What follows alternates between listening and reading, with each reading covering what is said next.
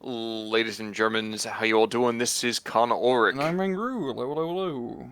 And folks, here we are today with another replay of the Battle for the Besieged on the map of Shell. Now, shell me on it. Who's fighting it and with what? Well, on the left-hand side in the blue, we have ourselves vonPauluS playing as Group Tyrannia with a Maverick income. And the right-hand side in red, we have a solo ring pixy playing as 15th Scottish Infantry Division with a balanced income. Yes, balanced income. So guys, that's a quick reminder, of course, these are the revised incomes. Apparently someone looked at a balance sheet and said, screw what we had previously, we want something new. Uh, The kind of amusing thing for me is something I never really thought about until just this instant. I always wonder if Solo Wing Pixie is a pixie with one wing, It's, or it's like a flight of pixies and there's only one of them. I'd like to imagine it's just a pixie with only a single ring, and he's like having a really hard time flying. Oh, kind of like swaying back and forth. Maybe it's like Yeah. a helicopter to a certain extent. I can see it. Just I going can in see it. circles. Now, turning to more serious matters, there's an AEC is already down. The Daimler AC to the south has been taken out by some heavy anti-tank equipment. But to the north, rifles are causing quite a bit of havoc against that sniper and Ogden opening. So, when all is said and done, I mean, initial blood does go, I would argue, to the Scots. Yeah. But it's that staying power that we're really kind of concerned with today, isn't it? Yeah, Scotch is a very interesting division because they're very much a one-trick pony of just essentially being rifle spam. And the rifles are pretty good. The Bren gun is apparently a pretty good machine gun. But the problem with the Scotch is the fire support, the high explosive fire support. As their direct fire support is just these tanks with bad HE values. It really comes down to good use of artillery of Scotch with 25 pounders and the few off map that they have to really dig out entrenched positions, and that's especially on a map like this. I think it's going to be very vital, as there's a lot of entrenched positions with a lot of forests. Kind of bizarrely enough, though, we're seeing these IL-2s being called in super early, so they're going to come in and strafe like crazy. Hmm. Um, I would have thought they'd be a little bit more effective against like the AECs, and now he's just blind firing against the 6 pounder and just whiffing completely. So I'm a little confused. There we go. Yeah, there he goes. Yeah, they can be really deadly at knocking out those single AT guns and other important guns, but kind of a race to use them against a rifle squad, and they're not going to do much against a tank. So not too many targets for him. If this was more of like a standard like German division, whereas OG-18s to blow up, it'd probably be a little bit more effective early on. Now, I was watching these rifles have a wet noodle contest against this Maxim. They will take it out eventually. Hmm. That's not too shocking there. Um, I think I'm more amused by what happens that now these rifle squads are like, okay, oh yeah, there's no machine gun there anymore. Let's try to move forward. And the 45 mil, that still has absolutely no HE. Back to the north, though, there's this attempted push by SVTs and stroke DPs. And the Honey Stewart says, nay, good sir, and shoves them back rather unceremoniously across the clearing in which they found themselves. Yeah, but now the rifles are in a pretty nasty position where there's a bunch of T-34s shooting them up. And this is also another problem with the Scotch, is that the Churchills are alright tanks, but they're really slow. And against the T-34 spam, I'd really give it towards Russians. As those T-34s, you can just use so many of them. And you can just pretty much overrun Churchill in those few tank positions that you can get as a Scotch.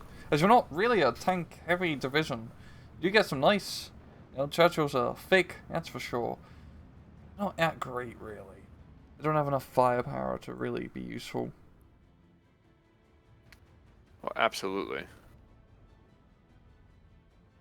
Now, looking elsewhere for the moment, down south one more time. There's this big push that's getting set up, and I actually kind of really like this. Well, Churchill dueling with a 45 mil, and going to get helped out rather considerably by some high explosive ordnance. But there were four squads of rifles, and there was this, like, I don't know, Russian command group of SVTs, Stromoviki with rocks, and then Komroti squad just behind it. Not for nothing, I would think the Strokey DPs should be enough to push back those rifles. Let's Yeah, hope, anyway. Oh, it's strokey SVTs. Oh yeah. Yeah, but yeah, that'd definitely be enough because semi-automatic firepower. Churchill is helping out quite a bit, so it might be enough to retard his push. Yeah, it's just the thing with fighting Scotch is you're gonna have to fight through a horde of riflemen. It's just all they have is rifles and hey, you got more rifles behind you as well. So you just need to really pile in the high explosive fire support and just machine gun fire to stress out these huge hordes. And if that's not enough, call forward a Typhoon. Yeah, they're pretty good. Blowing up strokies, not rifles it is. So they can blow up rifles if you want, but you're probably doing something wrong at that point. Well, at that point, we bring them up on charges and let M take them out with some weird, 00 assassination or something. Hmm. Yeah, so but it is 1311. Mm-hmm. Pretty standard, infantry forest fights between both sides. I mean, if anything, A15 Scots is probably going to be very slow and steady if they decide to do any pushes. But up north, it seems both sides are pretty content with just holding. It's really coming a little bit more now towards the centre here, as we've got a platoon of rifles trying to hook around the southern side of the northern hill. And running into the same issues as you might suspect they would run into. The SVTs being on that hillside. First of all, the rifles are out in the open. They're going to get carved up, and you can see it starting to happen from this sniper team. And the second thing, too, is that with those strokey SVTs in cover, good luck getting any kind of accurate fire. We finally see literally one man and one squad go down. Yeah. And that's after considerable casualties already being cost over here on the rifles side of things. Yeah. And we're seeing T-34 spam here from vonPauluS, and that's really his best bet. I mean, the rifles have no bloody anti-tank weaponry. What are they going to do about it? They're going to call in 6-pounders, but that's about it. That's all they can do. And on a map like his, 6-pounders are... It's pretty dangerous, as it's very close range. So I guess the question is there a way to effectively play this matchup? For Scotch, I think, even though it's at a 1v1, and artillery, like, proper artillery isn't ideal, I think that's a very good bet. Apart from that, you just have to spam enough rifles and hope to God you win by attrition, as I usually see at L15 Scotch playing 1v1s. And from vonPauluS, it's just about, using the tanks, using the airplanes, and enough strokies to hold the line, and yeah. It's a very grindy map, just due to how forested it is. There's no major quick pushes you can do. You'll find every bloody inch of this forest.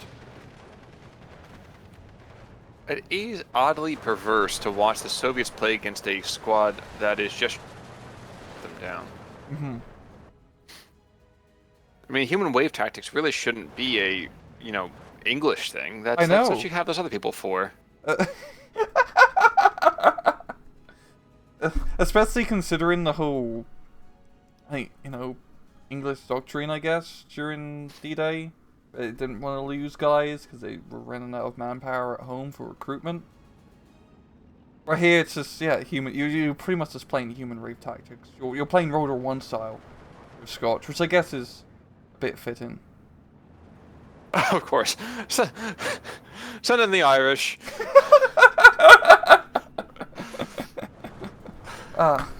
Arrows cost money. We're starting to see a rather weird phallic territory start to happen in the center part of the map. I think vonPauluS is just happy to see us. Who wouldn't be? I mean, come on, we bring happiness and joy to so many that are not digital. These Typhoons are going to go down, though. That's one. That's really good kills though from vonPauluS. So Typhoons have been a pain in the ass. Well, and part of this soloing pixy, he's been lingering over the front lines, and not even like he's over his own Bofors. He just lingers over the front lines. He almost deserves to lose this. Kanishyak, finally. That was like a turn fight and a half of Ak9 trying to get behind. Yeah, it's... Yeah. I'm trying to think about any kind of way this can be recovered. I mean, soloing Pixie is playing for that later game, so what? More Churchills and just more of the same in B? Yeah, it's just rifle spam and Churchills, more rifles, probably a few more Churchills. Scorch is a very straightforward division to play for the most part, I find. Which is ironic, since Scotch as a drink is a very complex thing when ingested appropriately. Indeed. We're seeing a bit of a T-34 perceive from the southern side from vonPauluS, trying to move out some stroke DPs. And yeah, vonPauluS in a pretty good position in the center. As he got the half tracks there, got T-34s. I believe it is there's a Churchill, yeah, which going to be the main hindrance right now. But as you can see, the half tracks fighting some pretty lovely fire support from down the hill.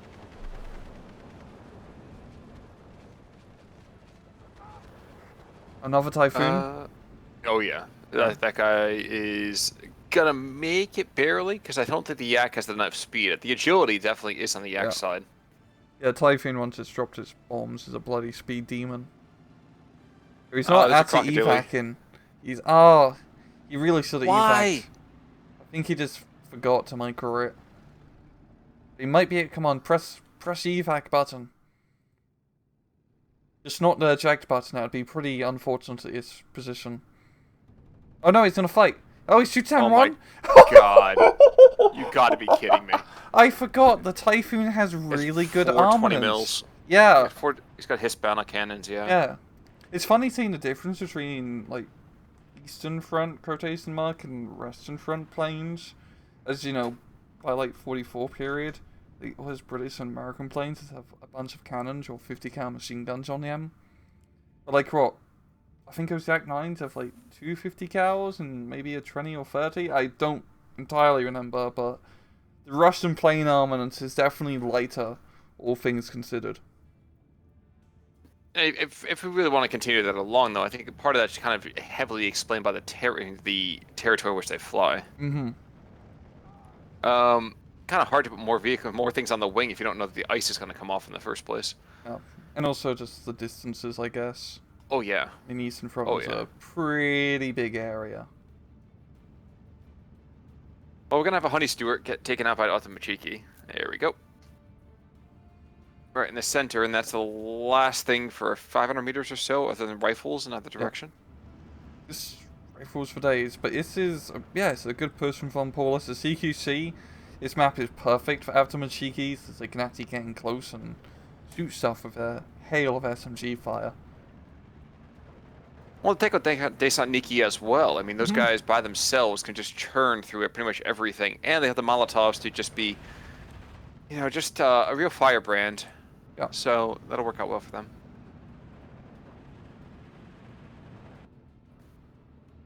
And yeah, we're seeing the Stuarts down south, and quite a bit of a force here, all the way down south here from vonPauluS. I believe he's moving it into that southern sector, and he's starting to get a pretty hefty amount of his T-34s now. Should be pretty good. There's no 6-pounder nearby. We are seeing the P-out squad, but good luck if that actually hitting. Well, the infantry to the south just took a mad slap in the face. I would still be going a little bit out a lot quicker before a lot of this happens here. The IL-2, that's got actually has a lot of an armament. Yeah. Yeah, you don't Twin do 23s. You don't do a head-on against an IL-2, especially also considering its armor value. The thing's a flying tank in the first place. Why would you ever want to get involved with that?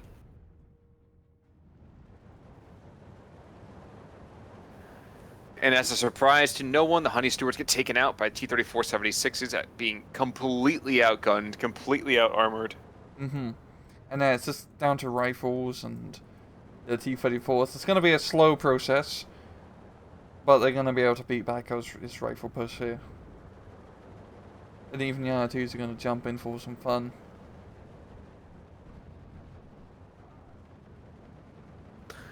Sorry, I was just watching a Typhoon make a bombing run, and not for nothing, but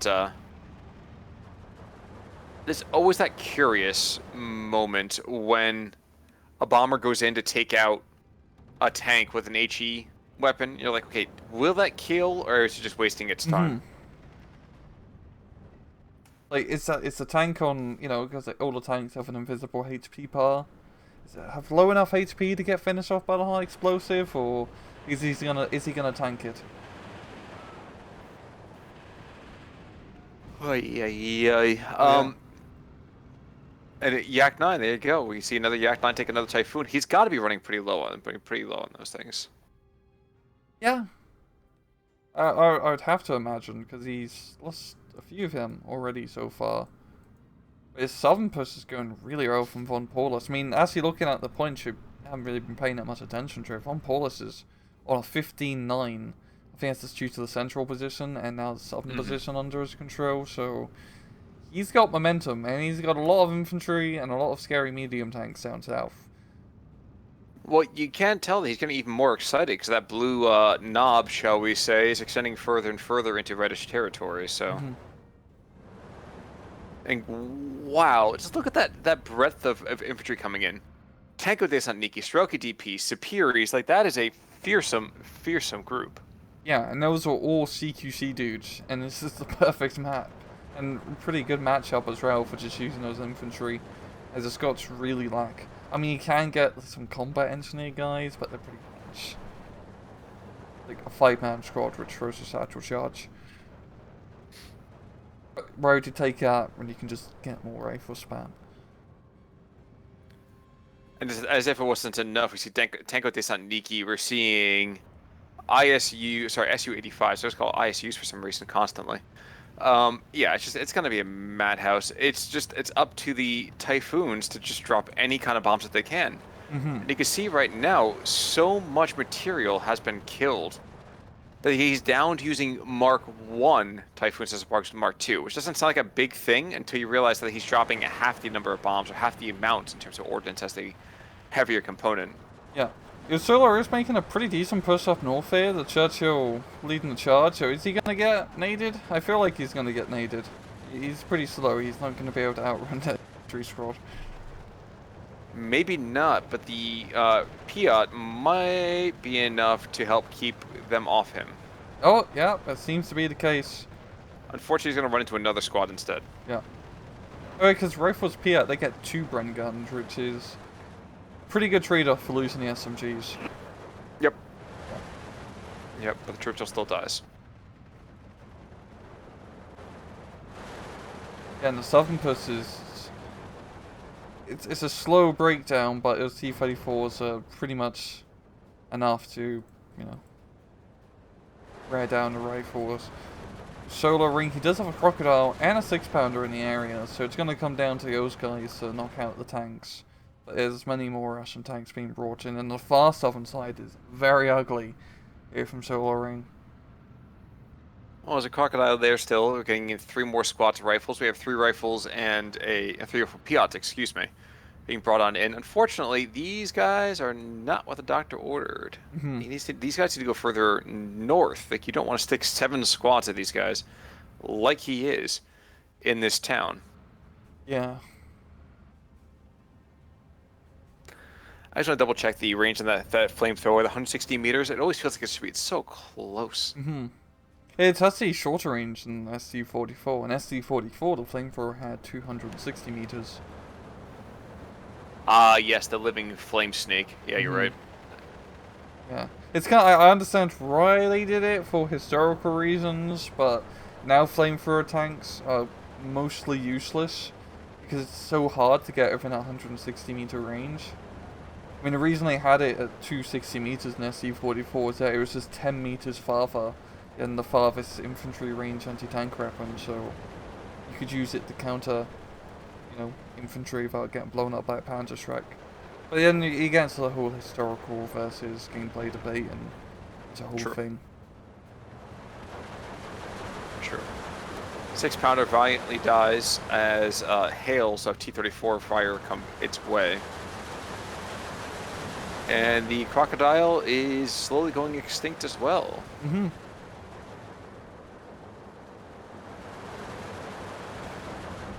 Here comes more Typhoons.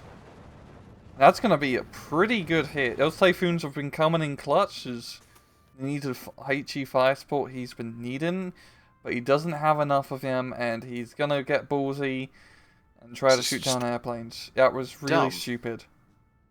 It's dumb. That was not a good move. I understand what he's trying to do, knocking out enemy aircraft, but you really need to put more preservation on those airplanes, because Yes. vonPauluS can lose these Yak 9s and AL2s. That's cheap, he doesn't care. Can't be affording to lose those Typhoons, as they're really his only, HE fire support and knocking out his infantry pushes. Yes. Yeah. The north side's looking pretty good, Joe, for Pixie. His men's have got a good bit of territory. He has lost the entirety of the middle hill. So, you get some good and you get a lot of bad. Well, that's probably why he's bringing in 9 squads of rifle PS to try to take back that hill. Mm-hmm. I still don't know that's going to be enough. He'll take it back, but it's going to be so slow to get done. I'm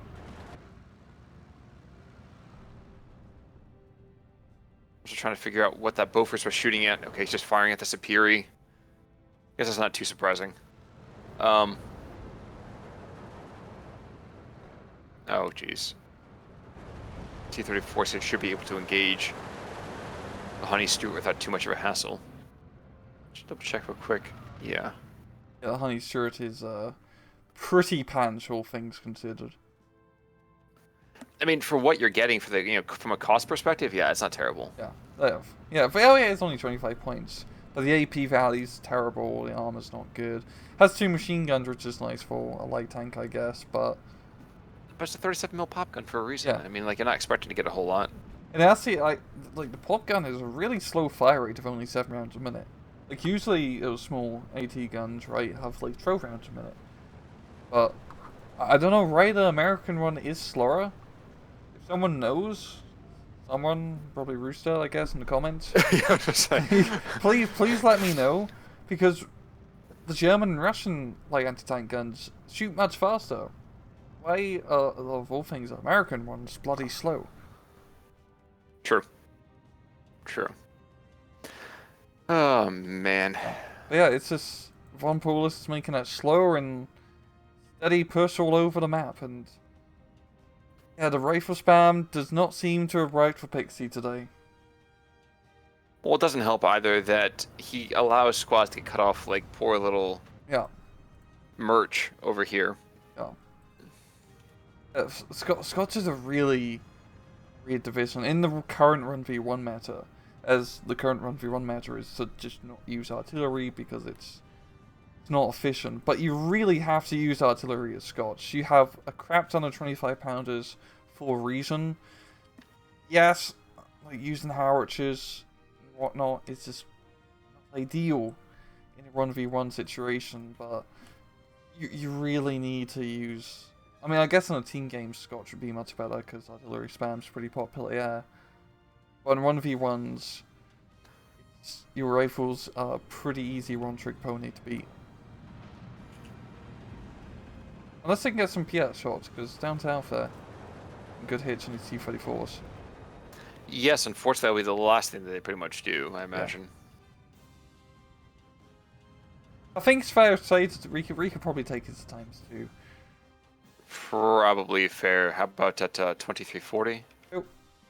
4, 3, 2, 1. And times go. 2. Yep.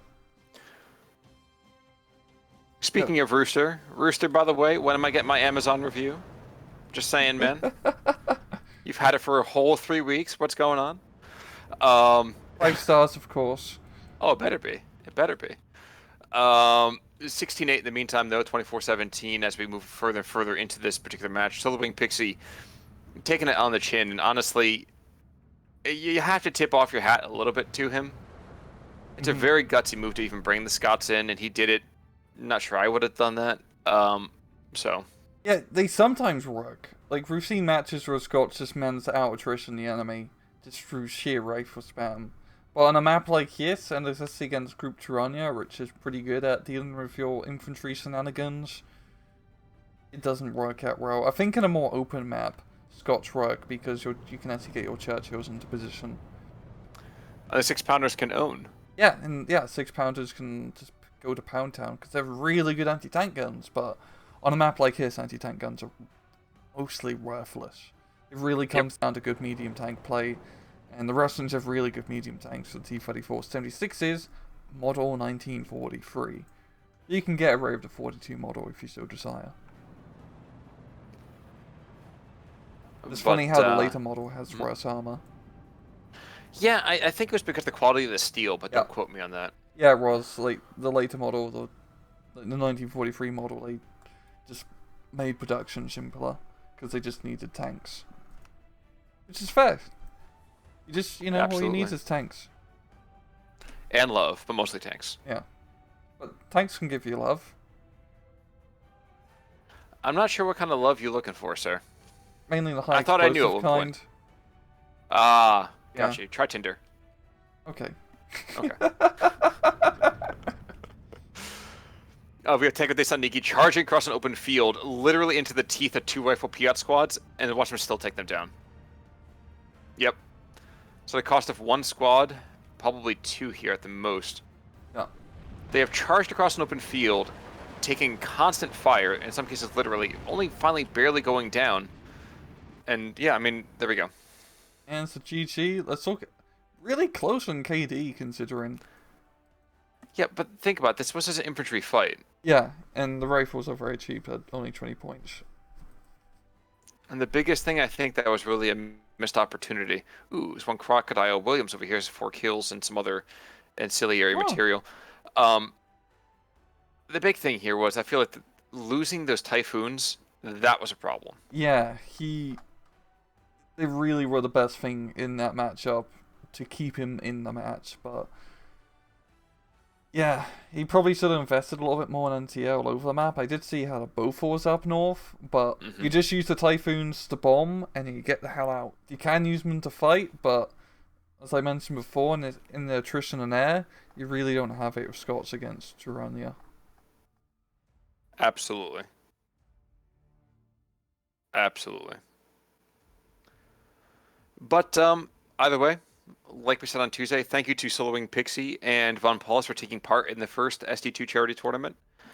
From everything I've heard, unfortunately I was away at the time, but from everything I've heard, it was a smashing success, and hopefully we're looking to see more material like that come up in the near future. I do want to make a quick call out. Season 4 of SD2 League Play is coming up.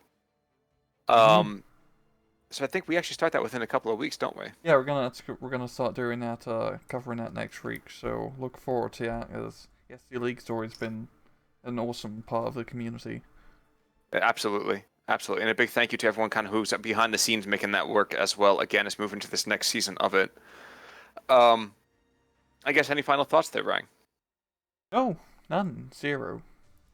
Okay, well, folks, in that case, then until next week, I'm Con Ulrich. I'm Rangru. Take it easy.